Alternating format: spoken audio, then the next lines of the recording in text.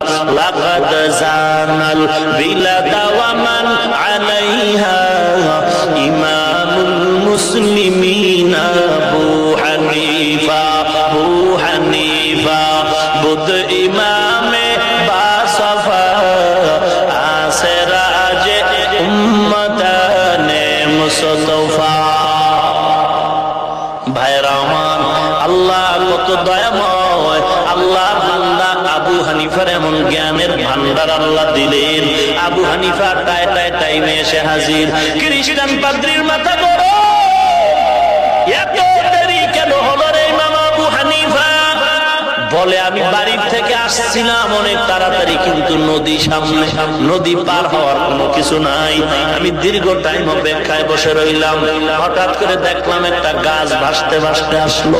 গাছটা এসে আমার সামনে নিজে নিজেই তক্তা হয়ে গেল। নিজে নিজে তক্তা একটার সাথে আর একটা লেগে লেগে কিস্তি হয়ে গেল, নৌকা হয়ে গেল। আমি নৌকায় উঠলাম, মাঝি নাই, মাল্লা নাই, নৌকায় এক আমারে নদী পার করায় দিল। খ্রিস্টান ডাক দিয়ে কয়, রে তার ছিঁড়ে গেল নাকি তোমার? তুমি কি পাগল হয়ে গেছো?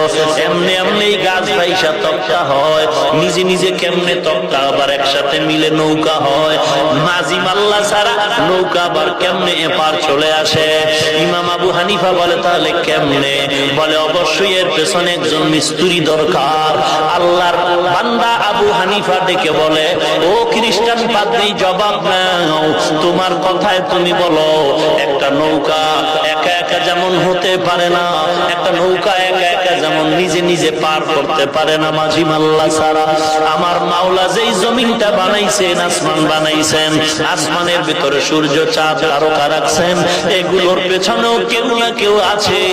মিস্ত্রি না থাকলে সূর্য চলার কোনো উপায় থাকে না।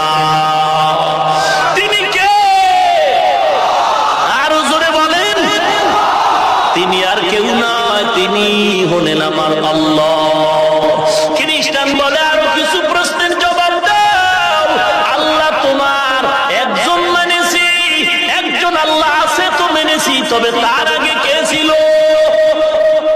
এরপরে জবাব দিও, তোমাদের আল্লাহ কি কাজ করে? খালি ঘুমায় নাকি বসে থাকে? এরপরে জবাব দিও, আল্লাহ তোমার কোন দিকে নজর রাখে?